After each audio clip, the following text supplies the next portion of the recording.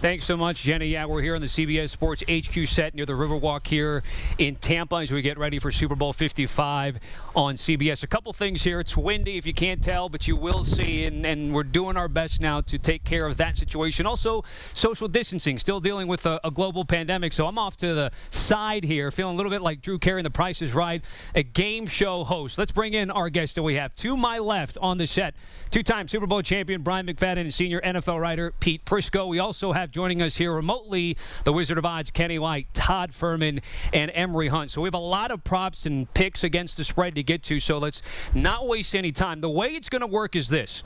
We're going to go to our guys and our gambling guys first. So it's going to go Todd, Kenny, Emery, and then back here with B-Mac, and then save the best for last, I think, yes, with Pete Prisco. First thing we're going to do here is a first-half play, and it's actually apropos and fitting that we have Todd Fuhrman going first, because generally a best bet for Todd Fuhrman is a first-half play, and in full Fuhrman mode, we ask for a first-half play, and he gives us a first-quarter play. Todd, what's the deal?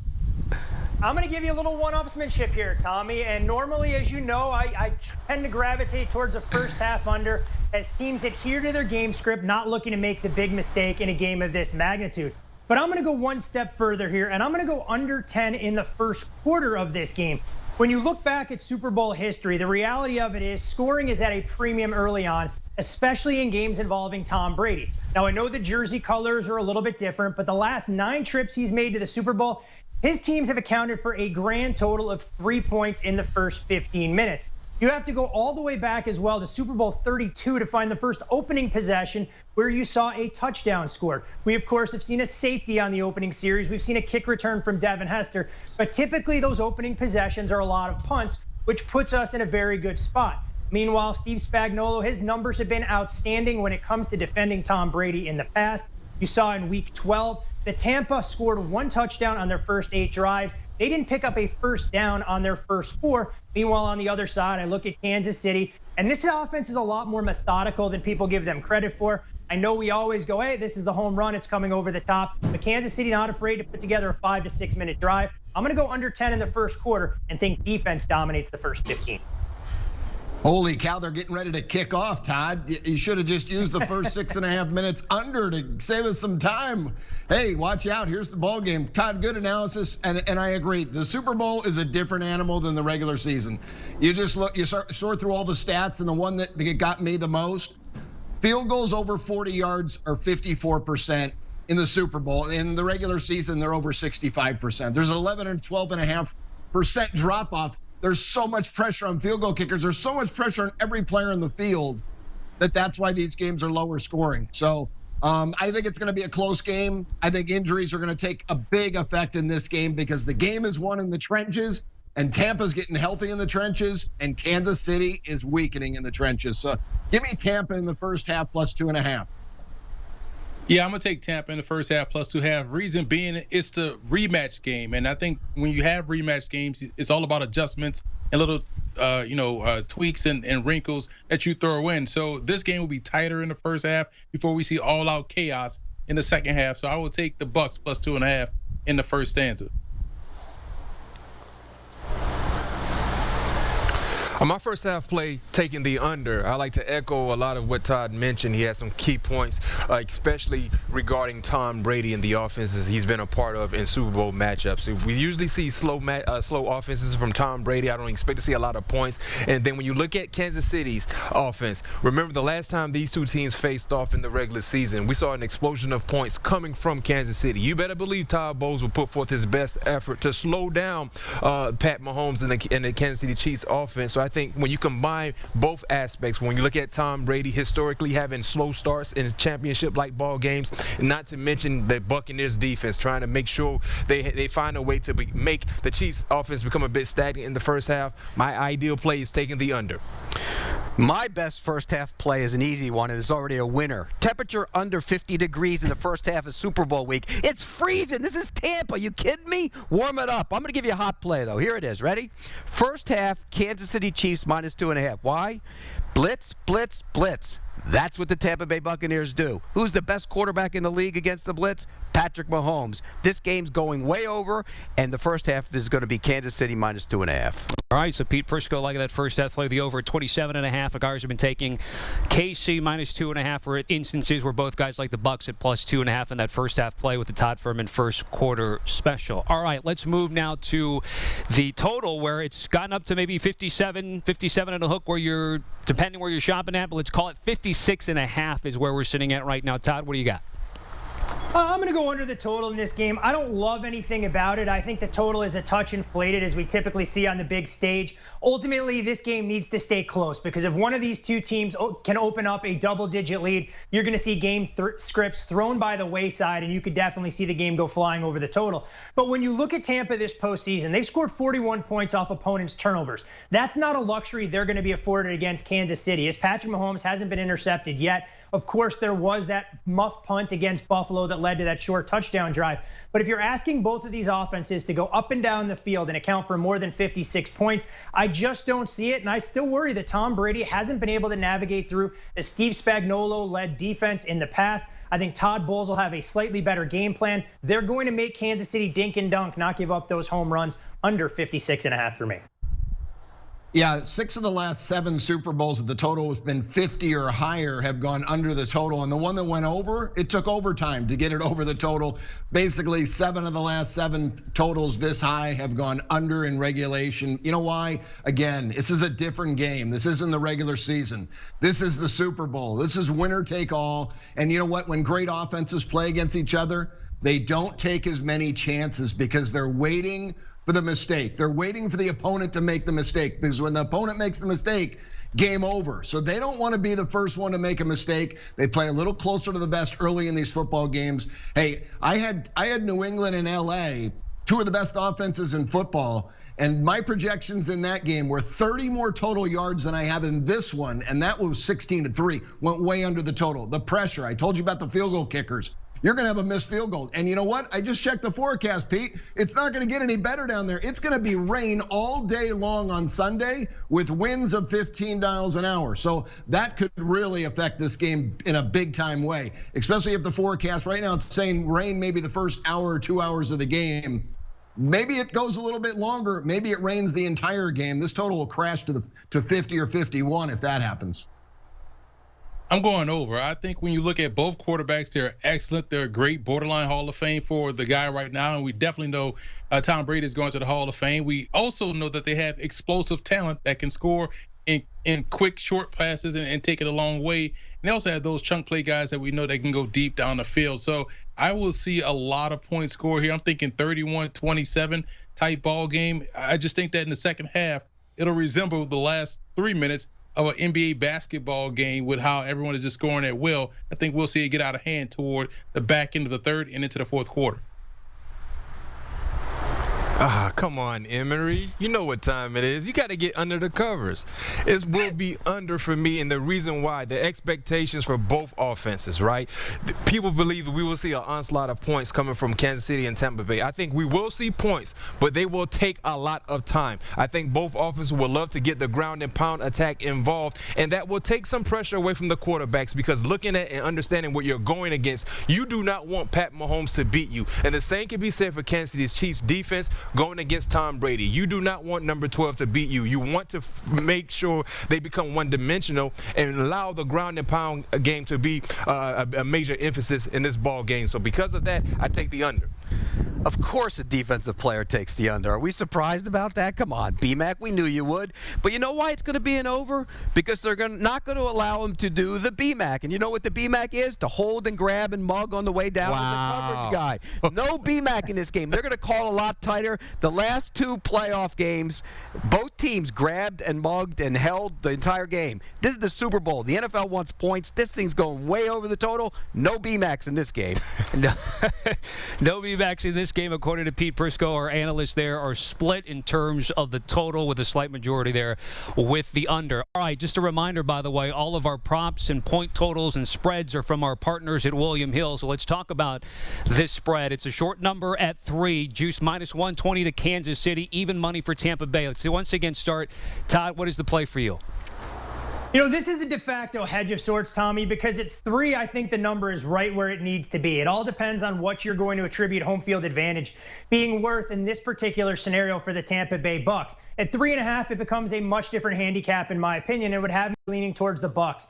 When I dig into some of these matchups, I look at Kansas City's edge offensively against the Bucs defense. If they're able to shore up that offensive line, which don't get me wrong, is a major concern, knowing that only 2 of the starters that they started the season with are going to be available, that'll give them a massive advantage against the Tampa Bay defensive backfield that just doesn't have the speed or physicality to match up with what Kansas City is going to throw their way.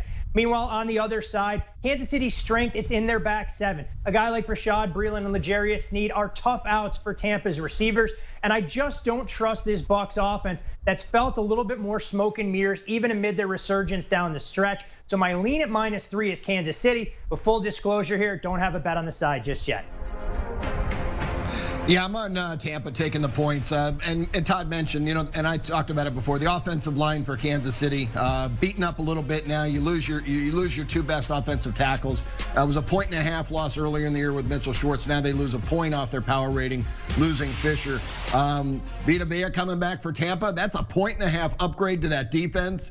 They allow 10 less rushing yards per game when he is in the game than when he's not in the game for this Tampa team. That's a big advantage. We saw what the pass rush can do when they know the big guy is in the middle, being able to stop the run. They really attacked Aaron Rodgers last week. They look great rushing the passer. I think these 2 teams are very equal. And I'll tell you the one thing, being a coach and anybody that's ever been a coach, you've always had that one team that's been better than you. And when you lose, you try to continue to figure out how to get better to make your team as good as they are. Well, it doesn't take professionals that long. Tampa lost to Kansas City. They got blown out. That score is not even close. 27-24, that is not how that game was played. Tampa scored 2 late touchdowns to make it look like it was a close game. But it was a blowout by the Chiefs. But since that time, Tampa is 7-0 and 5-2 ATS. They've improved to the point where they went to Green Bay and they destroyed the Packers where everybody thought the Packers were going to win. Tampa is the vastly improved football team, and with Vita Vea back, this team is going to take Kansas City to the wire and win the game. Tampa went up to Green Bay and destroyed Kevin King. Shout out to Kevin King, though. He's a very good player, but he had a bad day at the worst possible moment. But Tampa has 6 days to find some speed in the secondary because that's what they're going to see all throughout the game, that 4x1 relay with Kansas City. They just don't have the speed and explosiveness on the back end to compete down and down out throughout the course of a game. Yes, if Kansas City can block up that blitz that they're going to see, they're going to have loads of opportunities on the back end. So I'm laying those points with the Chiefs. For me, it's all about the Chiefs, and here's why. I can highlight the offense led by Pat Mahomes, but let's give the defenders some credit as well. Steve Spagnuolo has had Tom Brady's number over the last few meetings, especially in championship-like games. I believe his defense will once again harass Tom Brady.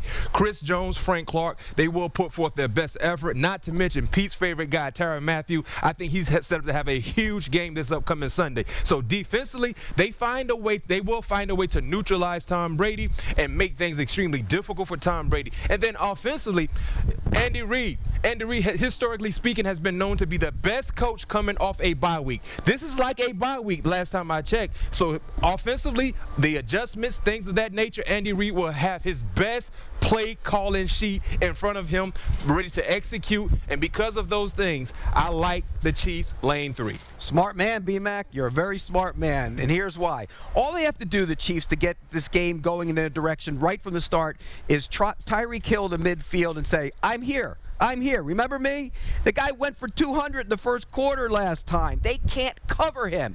They will have nobody in that secondary that can match up with Tyreek Hill. Patrick Mahomes and Tyreek Hill will have a big day. Kelsey will have a big day. And I'm with B-Mac. I think defensively they've improved on that side of the ball. Yeah, Tampa's done some good things defensively as well. They got all over Aaron Rodgers, and that will be a problem if they get going against Patrick Mahomes. But he can move, and he can move really well. Remember what Taylor Heineke did to him? Taylor Heineke in his first playoff game really had a lot of yards and threw for some big numbers. Patrick Mahomes is going to have even bigger numbers. Love the Chiefs. All right, in that first game, Chiefs were favored by 3.5. Looking good early. Ended up winning by 3. We're going to take a break. When we come back, we'll be talking about Tom Brady and Patrick Mahomes. What are the chances these are the guys that our guys will be playing? They're going to be giving us their top Chiefs pick and Chiefs Bucs pick in terms of those prop plays, that and much more. We're live at the Super Bowl. CBS Sports HQ continues. It is windy and it is coming, and if you can't see it, by the way, it is coming through here on our HQ set. By the way, Tampa has hosted 4 Super Bowls before getting ready to host its 5th here. They did back in 84, 91, then 2001 and 2009. Super Bowl 43, Pittsburgh and Arizona. Oh, by the way, one Bryant Mcfadden played in that game. All right, back here on the CBS Sports HQ set. I'm Tommy Tran along with Bryant Mcfadden, Pete Prisco. Also have Todd Fuhrman, Kenny White, and Emery Hunt. All right, so we're gonna go and talk about props right now. And Todd, again, I'm going to serve you first. Give me the sense of right now your top Chiefs player prop. So I'm going to look at the running game for Kansas City, and I'm going to go under the total with Darrell Williams. I know this number has been declining ever since William Hill opened it late last week, but Kenny talked about it. This Tampa Bay Bucs run defense is outstanding, and with Vita Vea back, they're even better, giving up less than 10 yards per game, fewer than what they normally would. Williams is going to be in a timeshare situation. This should be the healthiest we've seen from Clyde Edwards-Helaire since late in the regular season, and you're almost paying a premium to go over on Williams, given that 3 of his best 4 rushing games came over the last 4 weeks. I think this is a Kansas City offense that leans on their rookie running back in this spot. Darrell Williams is a change of pace guy, and wouldn't be surprised if he played a bigger role in the screen game than he does running between the tackles under his rushing total.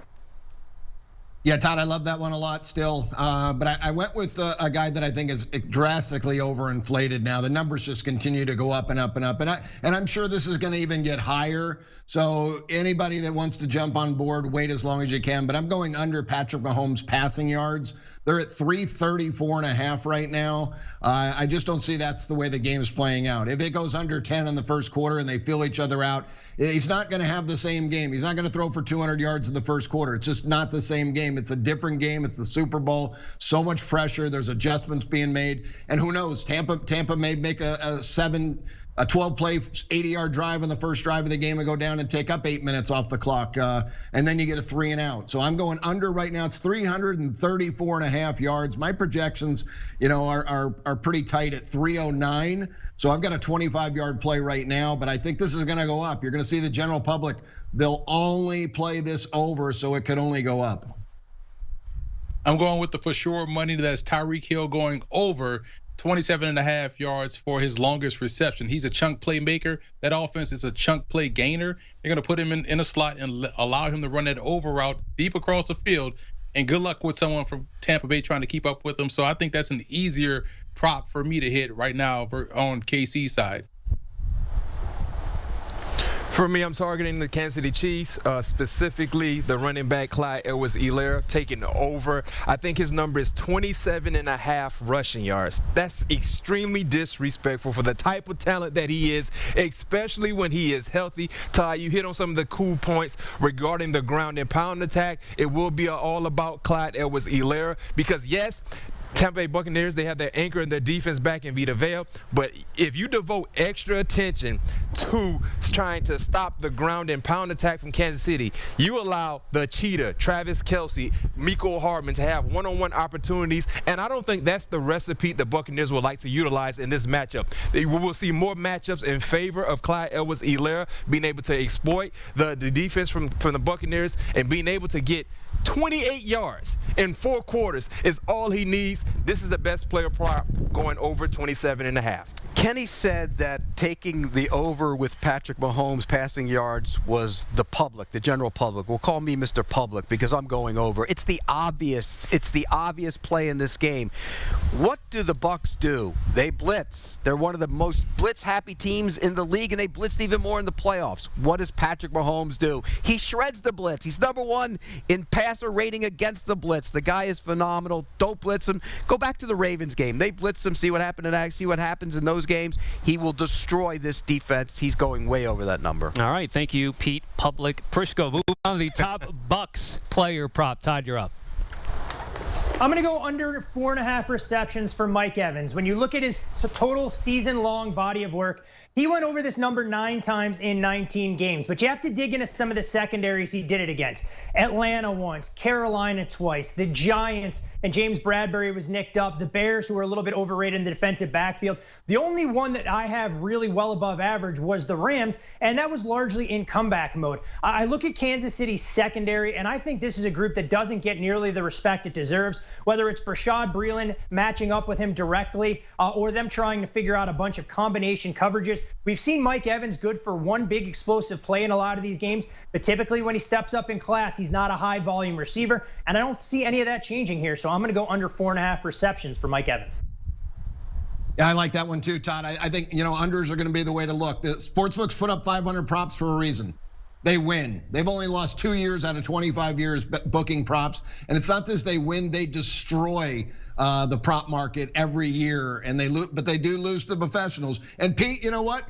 I remember when we first started, boy, you used to bet every single favorite. Every game was a favorite. But then you started to learn those underdogs have a chance. And you used a lot of underdogs this year. And that's why you had a big year. Underdogs cover and unders cover more than favorites and over. So I'm going to use Ronald Jones under 34.5 rushing yards as my best Tampa Bay prop. Leonard Fournette went into beast mode last week, and he has gone into beast mode. He really has it, and the Tampa Bay Bucs know Leonard Fournette is their guy. He was on the field for 44 snaps last week.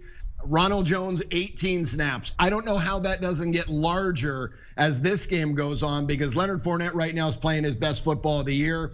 Ronald Jones taking a step back. If you're only on the field for 15 snaps, you're only going to get 2 or 3 carries because most of the plays are going to be pass plays, and you're not even going to get many pass plays to you, Ronald Jones. So sorry, you're going to be watching this one. You're going to be watching Leonard Fournette have a big day on Sunday.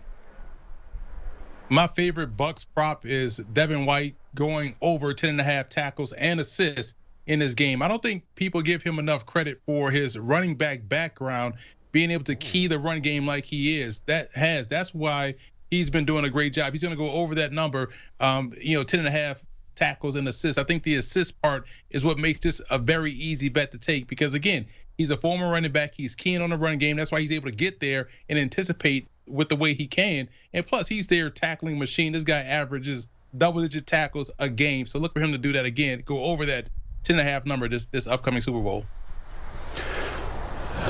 My favorite prop for the Buccaneers, Tom Brady, 2.5 passing touchdowns. I go over. The reason why, I do not trust the Kansas City Chiefs red zone defense. Historically speaking, they've been bad for quite some time. And I think we will still continue to see those bad trends follow them in the championship ball game. And BA, Brian Leftwich, they're going to be aggressive. They're going to basically highlight the arm of Captain America in Tom Brady, especially in the red zone area. You got guys like Gronkowski, Mike Evans, quality red zone targets for his offense. Take the over 2.5 passing touchdowns. And I like over catches for Chris Godwin. Last time they played, he had 8. He didn't score a touchdown, but he had 8 catches. I think he's going to be big in the middle of the field, and the Chiefs can have problems sometimes in the middle of the field. So I think Chris Godwin will get his 7, 8, 9 catches in this game. He might not have the big play, the big numbers, but he's going to get a lot of catches in the middle of the field, over 5.5. All right, let's go rapid fire, up-tempo, run-and-shoot style here. 1 or 2 word answers, depending on what it's going to be. First offensive play of Super Bowl 55. Todd, go first. I'm laying the price on run. We've seen Byron Leftwich consistently run on first down. So if Tampa gets it, it's easy. If Kansas City gets it, it's a coin flip. Minus 125 feels like value and run. Yeah, I'm going to go with the pass at plus 105. Just the fact 63% of plays are a pass. Pass all the way. Pass for me. Pass for me. That's easy. All right, how about first accepted penalty? So for me, I'm going to go illegal block at 7-1. I think there's some value, especially if we get special teams play to be sloppy right out of the gates. Holding, because it's offense or defensive holding. It's one or the other. Best way to stop speed is to hold them. Holding. Offsides, neutral zone infraction. Pass interference. They're going to call it close in this game. All right, and let's wrap things up with the best bet. Todd, what do you got? It's going to go back to where we started, the first quarter going under the total. I think these teams are going to feel each other out. It's going to be a little cagier than people anticipate. All the talk will be about quarterbacks and the fireworks. Well, it may take at least a quarter for them to get warmed up. I'm going under 10 in the first stanza. Yeah, I'm going to take Tampa on the money line plus $1.50 right now. The game's won in the trenches. Tampa Bay is better on the offensive line and the defensive line. And you know what? All you got to do is pick the winner of the Super Bowl. If you just pick the winner, they cover the point spread. 45-6-2. The team that wins covers the point spread. 45-6. The last time a team won and didn't cover, BMAC was on the field. It was the Steelers. They won 27-23 as a 7-point favorite. That was 2009. So it doesn't happen very often. Just pick the winner of the game, and you got the winner. Best bet is Chiefs -3, man. This offense is outstanding. They're explosive and efficient. That's a dangerous combination. And their defense, especially in the secondary, since L'Jarius Sneed got back in the lineup, they're excellent on the corners. And they're starting to get pressure on a quarterback. And if there's any quarterback in this game that's susceptible to pressure, it's Tom Brady. So I like the Chiefs on both sides of the ball in this one. So look for them to win the game. Best bet for me, Clyde Edwards-Helaire, over 27.5 rushing yards. Pete, he's healthy. I think they're going to feature him in the backfield. He's a very, very special talent. I like him to get at least 28 yards. I like the game to go over. I really do. I think you have two coaches who love to throw it around, two coaches who are creative, two quarterbacks, one the GOAT, one on his way maybe to being the GOAT. They're going to throw it around. It's going to be a high-scoring game. This one's going over the total. All right, thanks to all of our analysts here breaking down their Super Bowl best bets as well as player props. Thanks to Bryant Mcfadden, Pete Prisco, Kenny White, the Wizard of Odds, Todd Fuhrman, and Emery Hunt. As you take a look at the recap of their picks. Want a sports network that delivers everything that matters about the game? The highlights, the picks, the instant analysis. No yelling, no fake debates, no politics. Hit the subscribe button and never miss a moment.